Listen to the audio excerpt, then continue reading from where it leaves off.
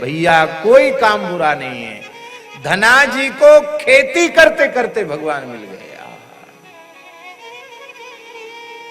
धन्य धना के भजन को बिनहि बीज अंकुर भयो।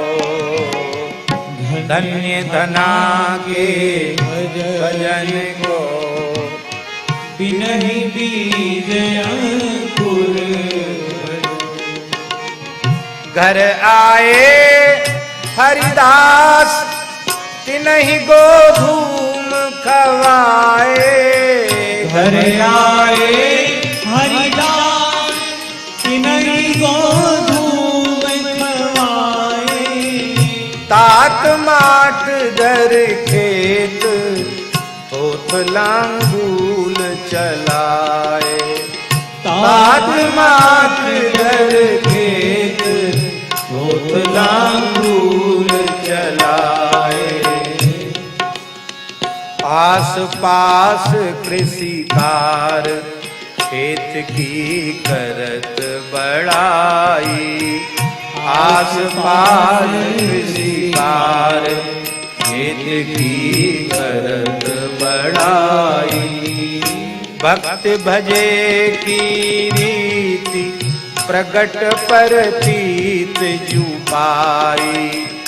भक्त भजे की रीति प्रगट पर पीत जू पाई। अचरज मानत जगत में कहूँ पूजो कहूँ बे भयो। अचरज मानत जगत में कहूँ पूजो कहूँ बे भयो।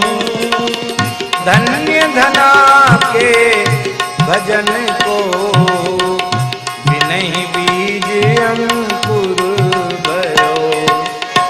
धन्य धना के भजन को बिनहि बीज अंकुर। जाट कुल में अवतीर्ण श्री धनाजी महाराज। जाट परिवार में जन्म हुआ था। राजस्थान में जिला टोंक धुवन कला नामक गांव है, जहां भगत धन्ना जी गुरुद्वारा भी बना है। सरदार भाइयों ने बड़ा सुंदर गुरुद्वारा बनाया। भगत धन्ना जी का जन्म वहीं हुआ। धन्ना जी के पद भी श्री गुरु ग्रंथ साहब में गुरुवाणी में उनके पद भी लिखे हुए। उच्च कोटि के भक्त हुए धन्ना जी महाराज। सामान्य कृषक परिवार में, घर में गाय थी, गो सेवा भी होती थी, खेती भी होती थी। एक त्रिलोचन पंडित जी थे जो धना जी के परिवार के कुल गुरु थे। वो तीर्थ यात्रा करने गए थे। तीर्थ यात्रा करके लौट के आए तो तीर्थ यात्रा में दाढ़ी वाड़ी बढ़ गई थी, संत जैसा भेष हो गया था उनका। वो आए उनके घर में, उनके पास शालिग्राम जी थे। मुक्ति नारायण से शालिग्राम भगवान लेकर आए थे। बड़े प्रेम से ठाकुर जी की सेवा कर रहे थे। 3-4 दिन पंडित जी रुके। बालक धना को भगवान की सेवा बहुत अच्छी लगी। अब जब पंडित जी जाने लगे तो बालक धना मचल गया कि हमको तो ठाकुर जी चाहिए, ठाकुर जी चाहिए, ठाकुर जी चाहिए। भला पंडित जी अपने भगवान कैसे उस छोटे से बालक को दे देते। बहुत समझाया, धना जी नहीं माने। पिता ने माता ने समझाया, भाई हम लोग जाट हैं, हम लोगों से पूजा पत्री नहीं होगी, हम लोग खेती करने वाले लोग हैं, ये तो पंडित जी का काम है पूजा पत्री करना। धना जी ने नहीं माना। अंत में लोगों ने पंडित जी से कहा कि बालकों को तो किसी भी तरह से बहका देना चाहिए। बोले तो ठीक है। दूसरे दिन पंडित जी, एक नदी अभी भी है वहां, वो नदी स्नान करने गए, वहां से पर्वत का एक काला काला पत्थर ले आए, गोल मटोल मिल गया। और उन्होंने क्या किया, महाराज जी जल्दी स्नान करके वो जो नदी से लेके आए थे ना गोल मटोल पत्थर, उसको तो बढ़िया से सुगंधित इत्र वगैरह लगा के, तिलक लगा के, तुलसी पधरा के उसको तो सिंहासन पर रख दिया और अपने ठाकुर जी को सिंहासन के नीचे कपड़ा बिछाकर रख दिया। धना जी से कहा, देखो रो मत, ठाकुर जी तुमको मिल जाएंगे, पर हमारे पास दो ठाकुर जी हैं, एक राजा ठाकुर जी, एक सिपाही ठाकुर जी, कौन सा लोगे? धना जी भोले भाले बालक बोले, इनमें राजा कौन सा है, सिपाही कौन सा है? पंडित जी बोले, जो सिंहासन पर बैठा वो तो राजा है और जो नीचे अर्दली में खड़े हैं वो सिपाही हैं। अरे तो हम राजा लेंगे, सिपाही काहे को लेंगे? यही तो चाहते थे पंडित जी कि पत्थर दे देंगे, पूजा करे तो भी, न करे तो भी इस बेचारे को पाप नहीं लगेगा। तो गोल मटोल पत्थर दे दिया। वो सालिग्राम जी नहीं थे, वो पर्वत का पाषाण ही था। लेकिन भैया भाव न हो तो सालिग्राम में भी सालिग्राम नहीं है, और भाव हो तो कण कण में भगवान है। विश्वास हो गया उनको। और धना जी जैसे ही गैया चराने गए, उनकी मैया ने बाजरे की रोटी, साग, टेंटी का अचार रख दिया, थोड़ा गुड़ रख दिया। आपने ठाकुर जी को खूब पुकार करके, प्रेम से ठाकुर जी को खूब पुकार करके भोग लगाने की बात कही। लेकिन महाराज ठाकुर जी कहाँ प्रत्यक्ष प्रकट होके भोग लगावे। आपने अपनी रोटी गौ माता को खिला दी, गुड़ गाय को खिला दिया, रोने लगे। ठाकुर जी नाराज हैं, लगता हमारी पूजा स्वीकार नहीं करते। 3 दिन हो गया, धना जी बालक थे, 3 दिन तक कुछ खाया पिया नहीं। चौथे दिन मैया रोटी दिया, अब रोटी लेके आए, जोर जोर से रोने लगे, प्रभु आप तो राजा ठाकुर हैं, पता नहीं कहाँ कहाँ क्या क्या खाते होंगे, हम बच्चे 3 दिन से बहुत परेशान हैं, बहुत भूखे हैं, आपको हमारे ऊपर दया नहीं आती है क्या? अरे हमारे ऊपर दया करके आप कुछ खा लीजिए जिससे मैं खा सकूं। क्यों? पंडित जी ने कह दिया बिना खिलाए मत खाना, तो आप पहले खा लोगे तभी मैं खाऊंगा। भोलेपन से ठाकुर जी साक्षात प्रकट हो गए। अब प्रकट हो गए ठाकुर जी, वहीं खेजड़ी के पेड़ के नीचे बैठ के ठाकुर जी प्रेम से बाजरे की रोटी, महेरी, गुड़ सब ठाकुर जी पाने लगे। 2 टिक्कर ठाकुर जी ने पाए, 2 रोट, 4 रोटी दी थी मैया ने। बालक है, खा लेगा, भरपेट बचेगी तो गाय को दे देगा, ऐसा मन में सोच के दिया था। अब 2 रोटी खा ली, तीसरी पर जैसी ठाकुर जी ने हाथ बढ़ाया, सो धना जी ने हाथ पकड़ लिया। बोले आप अकेले भूखे थोड़े ही हैं, हम भी तो 3 दिन से भूखे, हमको चौथा दिन चल रहा है। आप तो बड़े हो, हम तो बच्चे हैं, हमको कितनी जोर की भूख लगी है, आधा हमारे लिए छोड़ दो, आधा आप खा जाओ। ऐसी ठाकुर जी की कृपा होगी धना जी पर।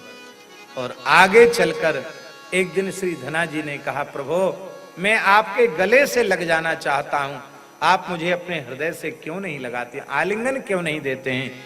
बोले देखो मैं तुम्हें मिल तो गया हूं। धना जी की गैया चराते थे भगवान, कलयुग की घटना है। धना जी अपने पिताजी के साथ खेत में काम करते हो, भगवान उनकी गैया चराने चले जाते। धना जी रोटी लेके पहुंचते तो साथ साथ बैठ के पाते थे, ऐसा था।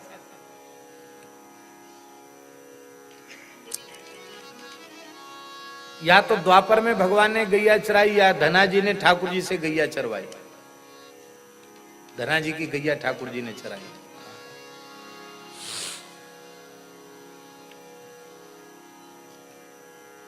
रोने लगे धना जी, आप हमें हृदय से क्यों नहीं लगाते हैं? बोले भाई देखो धना जी, मैं तुम्हें प्रत्यक्ष हो गया, मिल गया, लेकिन पूरी तरह मैं मिलता तभी हूं जब सदगुरु भगवान अपना लेते हैं जीव को। अभी तुमने प्रत्यक्ष गुरु की शरणागति ग्रहण नहीं की है। महाराज मैं तो जानता नहीं गुरु कहते किसको हैं। बोले इस समय प्रभु मैं ही गुरु रूप में काशी में पंचगंगा घाट पर श्री रामानंदाचार्य रूप में विराजमान हूं, जाकर मेरी शरण ग्रहण करो। धना जी जैसे ही पहुंचे हैं, स्वामी जी ने शिष्य बनाया है श्री रामानंदाचार्य जी ने, और शिष्य बना के कहा कि अब तुम घर चले जाओ। बोले महाराज हम तो अब लौट के घर जाना नहीं चाहते, आप घर क्यों भेज रहे हैं? बोले यहां तुम रहकर भजन करोगे तो तुम्हारे अकेले का कल्याण होगा, और अपने घर में रहकर माता पिता के पास रहकर खेती किसानी करते हुए भजन करोगे तो न जाने कितने जीव भगवान के भजन में लग जाएंगे, कितने जीवों का को सत्संग मिल जाएगा, कितने जीवों का उद्धार तुम कर दोगे। मेरी आज्ञा है, जाओ। और धनाजी जैसे ही आए हैं, आज ठाकुर जी ने उनको हृदय से लगा लिया, प्रसन्न हो गए ठाकुर जी। कुछ दिन में त्रिलोचन पंडित जी आ गए। धनाजी कुछ बड़े सयाने हो गए थे, 14-15 साल के हो गए थे। उन्होंने कहा, कहो धना भगत, ठाकुर जी कहाँ हैं? अब तो तुमने बड़े सुंदर तिलक विलक लगा लिए। बोले हम चेला बन गए। किनके? बोले बताया काशी में जाके। अच्छा, बहुत अच्छी बात है। तो ठाकुर जी कहाँ हैं? लाओ हमारे ठाकुर जी, राजा ठाकुर। बोले ठाकुर जी यहाँ थोड़ी धरे हैं। कहाँ हैं? बोले तो गैया चरा रहे हैं। अरे वाह जी वाह, हमारे ठाकुर जी तो किसी काम में नहीं आए, तेरे ठाकुर जी गैया कब से चराने लगे? भले ठाकुर जी ने हमको कह दिया था। बड़े भोले भक्त हैं धनाजी, सब बात बता दी। पहले हमारी जान पहचान नहीं थी उनसे, 3 तक उन्होंने कुछ नहीं खाया। फिर मैंने कहा तुम नहीं खाओगे तो हम भी नहीं खाएंगे, मर जाएंगे तुम्हारे नाम पर। चौथे दिन महाराज ठाकुर जी प्रकट हो गए। अब तो वो आधा खाते हैं खुद, आधा हमारे लिए छोड़ते हैं। अब उन्होंने कह दिया, देखो धनाजी हम मुफ्त में रोटी नहीं खाएंगे, तुम्हारी रोटी खाते हैं तो तुम्हारे घर का कोई काम करेंगे, नहीं तो खाएंगे नहीं। तो महाराज, हमने कहा महाराज आप क्या काम करोगे? बोले हमको गैया चराना बहुत अच्छा आता है, हम गैया चराएंगे, और तुम अपने पिताजी के साथ खेत में काम किया करो, रोटी लेके आ जाया करो जंगल में, हम दोनों बैठ के रोज पाया करेंगे। तो हम तो जो है गैया चराने गए ठाकुर, जब हम रोटी लेके जाने वाले उनके लिए। पंडित जी बोले हो गया काम, फेंक दिया होगा इसने ठाकुर जी को। ठाकुर जी कहीं गैया चराते हैं? पर ये कहता है रोटी लेके जा रहा हूं तो हम भी चलते हैं। हम चले? हाँ चलो महाराज चलो। अब धनाजी को तो वहां ठाकुर जी दिखाई पड़ते, पंडित जी को नहीं दिखाई पड़ते। आपको नहीं दिख रहे हैं? ये तो है ठाकुर जी। बोले हमको तो गाय दिख रही है और कुछ नहीं दिखता। पंडित जी रो पड़े, समझ गए कि इसे दर्शन हो रहा, मुझे नहीं हो रहा है। आकाशवाणी हुई, ब्राह्मण देवता जैसा सहज सरल विश्वास इस बालक के भीतर है, ऐसी श्रद्धा ऐसा विश्वास तुम्हारे भीतर भी नहीं है, लेकिन तुमने इसको भजन में लगाया, इसलिए मैं तुम्हारे ऊपर भी प्रसन्न हूं। अब तुम मेरा दर्शन करना चाहते हो तो धनाजी को अपनी गोद में बिठा लो। धना का स्पर्श तुमसे हो जाएगा तो तुम्हें मेरा दर्शन हो जाएगा। पंडित जी ने जैसे धनाजी को गोद में बिठाया, साक्षात भगवान का दर्शन हो गया, राम जी का दर्शन हो गया। वो धनाजी खूब संत सेवा करते। साधुओं की कोई जमात आ जाए, आओ महाराज, खूब चकाचक घी मेवा मिश्री बादाम, घर में खूब गैया थी, कोई कमी तो थी नहीं। पिताजी बड़े किसान थे, छोटे किसान नहीं थे। एक दिन पिताजी ने झगड़ा किया। पिताजी बोले भाई देखो हम लोग गृहस्थी आदमी हैं, खेती किसानी करते हैं, साल में एकाध कोई साधुओं की जमात आ जाए तब तो ठीक है भाई, उनको खिला पिला दें। और तुम्हारी इनसे ऐसी रिश्तेदारी हो गई है साधुओं से कि जब देखो तब हर महीना 2-4 जमात आती है, तो हम अपना खेती पाती का काम करें कि इन बाबाजियों को खिलावें, ये ठीक नहीं। देखो धना, मैं कमाता हूं, तुम अभी बच्चे हो, तुम कुछ नहीं करते हो, तुम्हारा पोषण भी मैं करता हूं, और इस तरह से इन निठल्ले बाबाजियों को माल उड़ा देना, लुटा देना, ये अच्छा नहीं है। धनाजी कुछ बोलते नहीं, पर पिताजी ने कड़ाई से कह दिया, देख लो अब कान खोलकर सुन लो, अब कोई जमात आएगी ना तो मैं भीतर घुसने नहीं दूंगा। तुम जानो, तुम्हारी संत साधुओं की जमात जाने, अपनी सेवा करना, कुछ कमाओ, कुछ लायक बनो, अपनी कमाई से करो, हमारे माल को उड़ाते हो, ये ठीक नहीं है।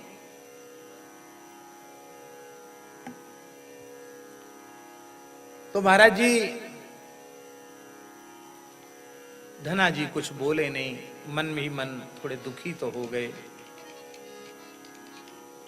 और जैसे ही पिताजी ने कहा कि क्या खड़े हो यहां, जाओ, खेत तैयार है, गेहूं बोने का समय आ गया, तो बीज का गेहूं लो और खेत में जाकर बो आओ। श्री वृंदावन बिहारी लाल की जय। गौ माता की जय, गौ माता जय गोपाल, जय गो माता जय गोपाल। भक्त वत्सल प्रभु दीन दयाल, भक्त वत्सल प्रभु दीन दयाल। जय गौ माता जय गोपाल, जय गो माता जय गोपाल। जय गौ माता जय गोपाल, जय गो माता जय गोपाल। भक्त वत्सल प्रभु दीन दयाल, भक्त वत्सल प्रभु दीन दयाल। भक्त वत्सल प्रभु दीन दयाल, भक्त वत्सल प्रभु दीन। अब पिताजी ने साफ कह दिया था कि अब कोई जमात आएगी तो मैं घर में घुसने नहीं दूंगा, भगा दूंगा बाहर से, और इतना व्यर्थ खर्च नहीं करने दूंगा। क्या जमाना है, कैसा समय, कितनी महंगाई है, और तुम जब देखो तब साधुओं की जमात को खिलाते पिलाते रहते हो, लुटाते रहते हो, ये ठीक नहीं। किसी साधु को घर में मत लाना, जाओ खेत बो के आओ। बैलगाड़ी में आपने बीज का गेहूं रख लिया और चले खेत बोने के लिए। गांव के बाहर, ये महाराज जी टोंक जिले की घटना है, धुवन कला गांव, राजस्थान। हम वहां होके आए हैं। जैसे ही आप बैलगाड़ी लेके बाहर निकले, तब तक साधुओं की एक जमात, फिर त्यागी तपस्वियों की जमात कीर्तन करते हुए। धनाजी महाराज बैलगाड़ी से उतरे और भूमि पर साष्टांग लौटकर प्रणाम किया। साधुओं ने यह समझा कि है तो कोई बड़ा श्रद्धावान, अपनी बैलगाड़ी रोक के धरती में लौट के प्रणाम किया, भगत है। कहो भगत जी कहाँ जा रहे हैं आप? बोले हम तो अपने खेत में पिताजी की आज्ञा से आज गेहूं बोने के लिए जा रहे हैं। आप लोग कहाँ जा रहे हैं? बोले हम लोग धुवन कला गांव जाना चाहते हैं। क्यों? कहते जगतगुरु श्री रामानंदाचार्य भगवान के एक शिष्य हैं, धना भगत। सुना है बचपन में ही भगवान का साक्षात्कार उन्हें हो चुका है। वे बड़े सिद्ध कोटि के भक्त हैं। सामान्य कृषक के पुत्र होकर, बिना पढ़े लिखे होकर भगवान का प्रेम उन्हें प्राप्त हो गया। भगवान उनके साथ रोज खेलते हैं। तो हम लोगों ने सोचा कि भाई धना भगत का हम लोग भी दर्शन करें। धना जी के नेत्र नीचे हो गए, बहुत संकोच में पड़ गए। बोले महाराज इस सेवक को ही लोग धना भगत कहते हैं। अच्छा अच्छा, वाह जी वाह, भगवान ने बड़ी लीला की। हम जिनसे मिलने आए थे वो तो यहीं मिल गए। निश्चित ही आप ऐसे ही भक्त होंगे। कितनी विनम्रता है आप में, कैसा भाव छलक रहा है आपके स्वरूप में, वाह धन्य है। तो चलो चलो तुम्हारे घर चलते हैं, वहीं सब जमात रुकेगी, वहीं खूब खीर मालपुआ खाएंगे। अब फिर 2 दिन 4 दिन मन होगा तो रुकेंगे, सत्संग करेंगे, फिर आगे बढ़ जाएंगे। अब धना जी को याद आया कि अभी पिताजी ने झगड़ा किया, कल ही जमात गई है, और अभी मैं बीज बोने की बजाय जमात लेकर पहुंचूंगा तो आज तो पिताजी जाट देवता ठहरे लठ लेके खड़े हो जाएंगे, ये संत चले जाएंगे दुखी होकर के।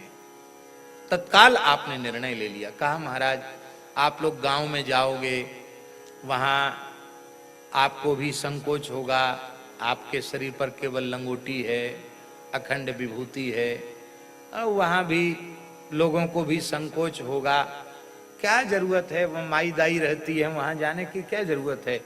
यहाँ देखो नदी का किनारा है और यही हम बढ़िया राशन सामग्री ले आते हैं, यहीं चकाचक ठाकुर जी को भोग बनाओ और यहीं प्रेम से पंगत हो। अरे वाह भाई, क्या कहना, एकांतवास, झगड़ा ना झांसा, ये सबसे अच्छी जगह, बहुत बढ़िया। हमें गांव से क्या लेना देना, आपसे मिले, आपसे मिलना था, आप तो मिल ही गए।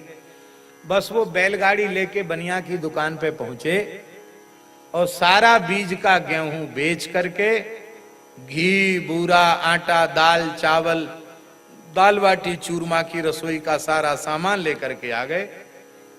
साधुओं को दिया, साधुओं ने स्नान ध्यान करके बढ़िया रसोई बनाई। रसोई बनी, धना जी ने परोस के जिमाया और संतों का अंत में बचा हुआ प्रसाद भी लिया और संत तो चले गए आगे। अब आपको ध्यान आया कि बीज वाला गेहूं तो बेचकर और उसका राशन मंगाकर साधुओं को जिमा दिया।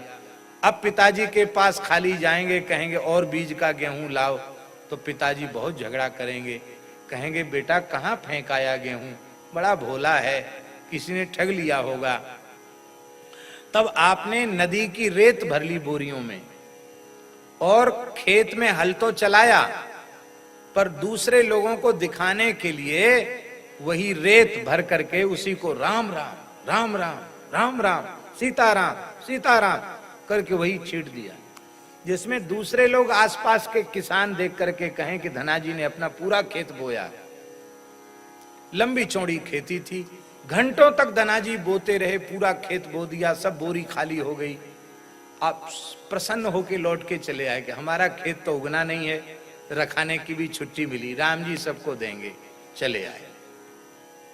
पिताजी ने कहा कहो पुत्र धना करे आए खेत बो। हाँ पिताजी खेत बोआए। दूसरे दिन सवेरे गांव के बड़े बूढ़े लोग आए, उन्होंने कहा धना जी काशी में तुमने दीक्षा ली तो कोई जंत्र मंत्र सीख के आए हो क्या? क्यों, क्या हुआ? बोले कल बोया था तुमने खेत, आज इतनी बड़ी बड़ी फसल हो गई, कैसे? ये तो आज तक न कभी देखा गया न सुना गया, ये खेत लहलहा कैसे रहा, इतनी बड़ी फसल कैसे हो गई? धना जी ने समझा कि लोग हंसी कर रहे हैं, कुछ उगा ही नहीं होगा इसलिए ऐसा कह रहे हैं। पर गांव के बड़े बूढ़े लोगों ने कहा मेरी 100 साल की उम्र हो गई, ऐसी खेती हमने आज तक नहीं देखी, लगता है एक एक दाना नाप तौल के बोया गया है, ऐसी सुंदर खेती आज तक देखी नहीं। धना जी के पिताजी को भी आश्चर्य, बोले चलो देखें। धना जी, उनके पिताजी, गांव के बड़े बूढ़े लोग पहुंचे। पिताजी के भी नेत्रों से आंसू बहने लगे। बोले बेटा मैंने भी बचपन से खेती की है, मेरे बाप दादे भी खेती करते चले आए हैं, लेकिन ऐसी घटना तो न भूतो न भविष्यति, न आगे हो सकती है, न ऐसी भई है। ये क्या देख रहा हूं मैं, सही सही बात बताओ। धना जी ने रोते हुए सारी घटना सुनाई। आपने कह दिया था कि अब अपने रिश्तेदारों की व्यवस्था खुद कर लेना, और ऐसा ही हुआ। संत आ गए तो वो तो मैंने बेच दिया बनिया की दुकान पर। पिताजी हमने बोया खेत में नहीं था। कहां बोया था? बोले हमने तो साधुओं के मुख में बोया था, खेत में पैदा हो गया। कहूं निपुजो कहूं बे भयो, बोया था संतों के मुख में, पैदा हो गया खेत में। भैया हाथ जोड़कर सुन लो, गाय के मुख में जो बोगे वो हजारों हजारों गुना होकर के तुम्हें मिलेगा। गाय के मुख में चारा दाना पानी बो, गऊ के मुख में, ब्राह्मण के मुख में, संत के मुख में जो दिया जाता है वो अनंत गुणित होकर के मिलता है। अब तो धना जी के पिताजी रो पड़े। बोले बेटा इच्छा तो हो रही कि मैं तुम्हारे चरणों में प्रणाम कर लूं, मेरा धन्य भाग जो तुम्हारे जैसा बेटा हुआ। बेटा अब हम टोकेंगे नहीं, अब खूब साधु बुलाओ, खूब खिलाओ। अब मुझे भी बता दो माला कैसे पकड़ी जाती है, राम राम कैसे, अब मैं राम राम कर दूंगा। धन्य। एक कहावत है ना, कोई बहुत बड़ा आदमी होता है, ज्यादा पैसा दिखाता है अपना खर्च करके, तो लोग कहते हैं रे बड़ा धन्ना सेठ है। क्या कहते हैं? धन्ना सेठ। और बहुत से लोग कहते हैं भैया हम धन्ना सेठ नहीं है जो हम इतना खर्च कर सकें, हम तो गरीब आदमी। तो धन्ना सेठ एक मुहावरा है, इसकी भी कथा है महाराज जी। एक बार ठाकुर जी ने परीक्षा ली धना जी की। परीक्षा ये हुई कि राजस्थान में अकाल तो चाहे जब हो ही जाता, अकाल पड़ गया। आप बड़े किसान थे, बहुत खेती थी, बहुत अन्न था आपके पास। तो ठाकुर जी ने ये देखा कि देखें धना जी क्या करते हैं, लोभ आता है इनके मन में कि नहीं। और महाराज तमाम साधु ब्राह्मण आने लगे, महाराज हमारी गैया के लिए दाना नहीं है, हमारे आश्रम के लिए अन्न नहीं है, आप सबको मुक्त हस्त देने लगे। गांव के लोग कह रहे थे बड़ा मूर्ख है, सब साधु ब्राह्मणों को ही बांट देगा तो अपने घर खाने के लिए कुछ रखेगा कि नहीं। धीरे धीरे अपना जितना अन्न का गोदाम था, बीज जो रखे हुए थे सब लुटा दिया आपने, कुछ नहीं बचा आपके पास। पर साधु ब्राह्मण को निराश नहीं किया। अकाल पड़ रहा था, ठाकुर जी आ गए संत वेश में। बोले धना जी तुम्हारी संत सेवा से इस धरती का पाप नष्ट हुआ और अब पानी तो बरसेगा। ये हमारी जमात आई ने, अब पानी बरसेगा, अकाल दूर होगा। पर ये कान खोलकर सुन लो, तुम जो है ना मूर्ख हो, समझदार नहीं हो। तुमने सारा अन्न निठल्ले बाबाजियों को खिला दिया, साधु ब्राह्मणों को खिला दिया, दे दिया उनको। अब सब किसान अपने खेत में अन्न बोएंगे, तुम क्या बोओगे? बीज का गेहूं है? बोले नहीं है। उधार मांगोगे तो उधार भी नहीं मिलेगा, क्यों? अन्न तो है ही नहीं, लोगों ने बीज छिपा के रखा है, बचा के रखा है, तो तुम क्या बोओगे? धना जी हंसने लगे। बोले भाई देखो ऐसा है कि संत भगवान आप साधुओं की निंदा मत करो। अरे भाई विश्वंभर भगवान हैं, आखिर इस अकाल की मार झेलकर भी तो हम जीवित हैं, कहीं न कहीं से तो प्रबंध हुआ। तो जो भगवान विश्वंभर हैं वही भगवान हमारे भरण पोषण की व्यवस्था करेंगे। पर जब तक हमारे शरीर में प्राण है हम सेवा करते रहेंगे, अपने आप को बेचकर भी संत सेवा करते रहेंगे। इतने प्रसन्न हुए ठाकुर जी। बोले अच्छा धना जी तब कोई बात नहीं, इतना धैर्य है कि अपने आप को बेच के भी संत सेवा कर दोगे तो कोई चिंता की बात नहीं। फिर ऐसा करो, अब पानी बरसेगा, तुम अपने खेत में ये कमंडल बो देना। कमंडल महात्मा लोग रखते हैं ना, ब्रह्म पात्र तुमा का कमंडल, बोले कमंडल बो देना। तो ठाकुर जी ने कमंडल दिया और धना जी को सिखा दिया कि कैसे इसका मुंह खोला जाता है, कैसे कमंडल बनाया जाता है। बोले देखो कमंडल बना बना के साधुओं को, धन तो तुम्हारे पास अब है नहीं, वो कमंडल बना बना के साधुओं को दिया करो तो साधु लोग प्रसन्न हो जाएंगे। ठीक। पहली बार पथमेड़ा में कथा हुई थी 2003 में या 4 में। एक ट्रक में भर के कमंडल आए थे, बहुत संत पहुंचे थे वृंदावन से, खूब कमंडल लेके गए महाराज। ये भी बड़ी सेवा है, कमंडल वाली सेवा। तो ठाकुर जी ने कहा कि धना जी ये कमंडल तो आप खेत में बो दो। भगवान धना जी हंसने लगे, बोले महाराज ये कड़ुआ तूमा, इसको पशु तक नहीं खाता है, मनुष्य भी नहीं खाता, ये तो केवल साधुओं के कमंडल के काम का होता है। तो कोई बात नहीं, आपको तो साधु सेवा करनी है। बोले हाँ ठीक है। तो देखो ये बीज अपने खेत में बो दो, पूरे खेत में बेल फैल जाएगी, और जैसी जैसी एक एक फल पकने लग जाए, तूमा पकने लग जाए, तो उसको एकांत में बैठकर मुंह खोलना, और उसके भीतर जो निकले उसे प्रसाद मान करके ठाकुर सेवा, गौ सेवा, संत सेवा में उसका उपयोग करना। इस रहस्य को बताना नहीं किसी से, कह के ठाकुर जी चले गए।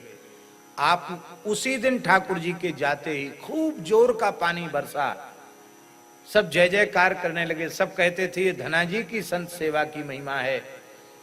और धना जी तो गए वही तूमा का बीज लेके वो सब डाल के आ गए। सब लोग हंसने लगे, बड़ा भोला है, बताओ अन्न नहीं बोता तूमा बोता है, ए तूमा खाएगा क्या? धना जी बोले चलो हमको हमारी चिंता मत करो, तूमा बो के चले आए।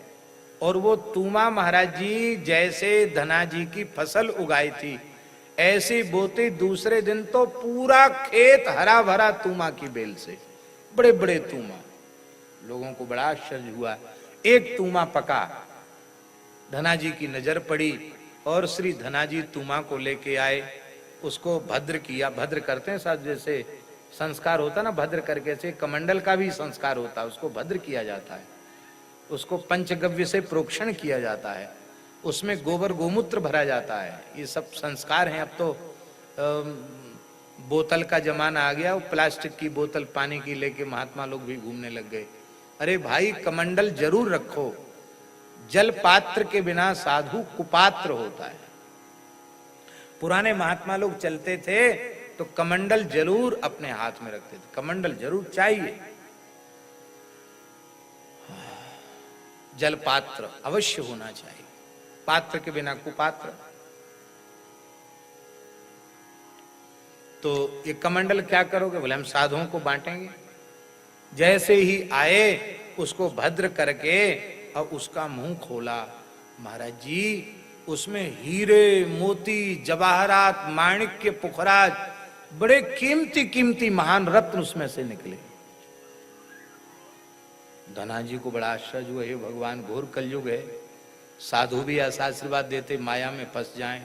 बहुत दुखी हो गए, अब क्या करें? आकाशवाणी हुई, धना जी चिंता मत करो, संत वेश में मैं ही आया था, प्रेम से सेवा करो। अब तो धना जी ने पूरे क्षेत्र में ढिंडोरा पिटवा दिया, भैया देखो अभी खेत तुम लोगों ने बोया है, अभी तो तुम्हारे अन्न मिलेगा नहीं, जब फसल पकेगी तब न मिलेगा। अब एक ही शर्त है, सब आओ प्रेम से कीर्तन करो और भंडारा यहीं, खीर मालपुआ का लंगर यहीं चलेगा। अकाल के समय लाखों लोगों को भोजन कराते थे धना जी। और महाराज जी वो इतना धन निकला कि धन समाया नहीं, अंत में एक तालाब में पटक दिया गया और उसी का एक तालाब और कई मंदिर बने हुए हैं। कहते धना जी के वो तूमा से निकले हुए धन से ही निर्माण हुआ था, आज भी है, आज भी है। तब से कहा जाने लग गया धन्ना सेठ, धन्ना जी के जैसा कोई धनी भी कोई धरती पर नहीं हुआ, जिनके तूमों में से रत्न निकले ऐसे धना जी। तो ये एक विशेष बात भगवान शंकर कह रहे हैं रुद्र गीत में, भक्ति योगो भयदा स्वधर्म मनुतिष्ठताम भवान भक्तिमता लभ्यो दुर्लभ सर्वदेहिनाम। इसी की व्याख्या हम कर रहे थे, स्वधर्म का अनुष्ठान करते हुए भक्ति योग का अनुष्ठान करना चाहिए। हम यही निवेदन कर रहे थे, जिस वर्ण में भगवान ने आपको जन्म दिया है उसी वर्ण का पैतृक कार्य करते हुए भगवान की भक्ति करो। ब्राह्मण हो तो ब्राह्मणोचित कर्म करो, क्षत्रिय हो तो क्षत्रियोचित कर्म करो, वैश्य हो तो वैश्योचित कर्म करो, चतुर्थ वर्ण के हो तो अपनी परंपरा के अनुसार अपना कर्म करो। और स्वकर्मणा तमभ्यर्च सिद्धिम विन्दति मानवा, अपने कर्म से भगवान की उपासना करो। जो वर्ण धर्म आश्रम धर्म का त्याग करके भगवान की भक्ति करना चाहते हैं उनका भक्ति योग सफल नहीं होता, ये भगवान शंकर कह रहे हैं। हमने रैदास जी का उदाहरण दिया, हमने सेन जी का उदाहरण दिया, हमने कबीरदास जी का उदाहरण दिया और हम धना जाट का उदाहरण दे रहे हैं। सामान्य खेती करते करते भगवान मिल गए, गैया चराते चराते भगवान मिल गए। आहा, किसी भी जाति में जन्म हो आपको भगवान मिल सकते। कल्याण किसी की बापौती नहीं है, अमुक का ही कल्याण होगा ऐसा नहीं कहा जा सकता। जो इस पथ पर ईमानदारी से चलेगा उसका कल्याण निश्चित है।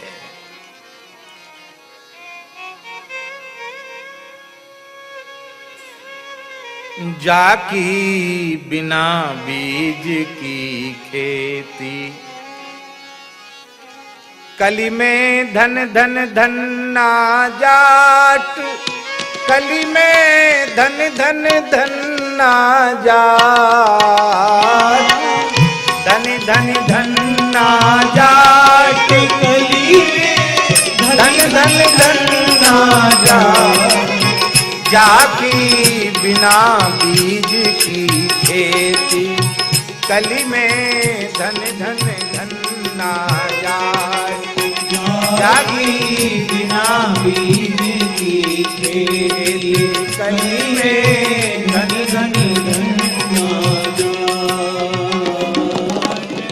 बालपने ते अतिशय भोरो, बालपने ते अतिशय भोरो, छल छद मन ते न्यारो कोरो, छल छद मन ते न्यारो कोरो, सहज रुचि संत चरण के मान, सहज रुचि संत चरण के नेक आलस सेवा में नान, नेक आलस सेवा में कुटुंब के दिन सुख संयुत जाए, कुटुंब के दिन सुख संयुत, मातु पिता धर्मात्मा घर खेती को काम, मातु पिता धर्मात्मा घर खेती को काम, दया दीन उपकार नित भजते सीताराम, दया दीन उपकार नित भजते सीताराम, रयो सकल परिवार चैन ते जीवन के दिन काट, रयो सकल परिवार चैन ते जीवन के दिन काट, चैन ते जीवन के दिन काट, चैन ते जीवन के दिन काट, जाकी बिना बीज की खेती, कली में धन धन जन्ना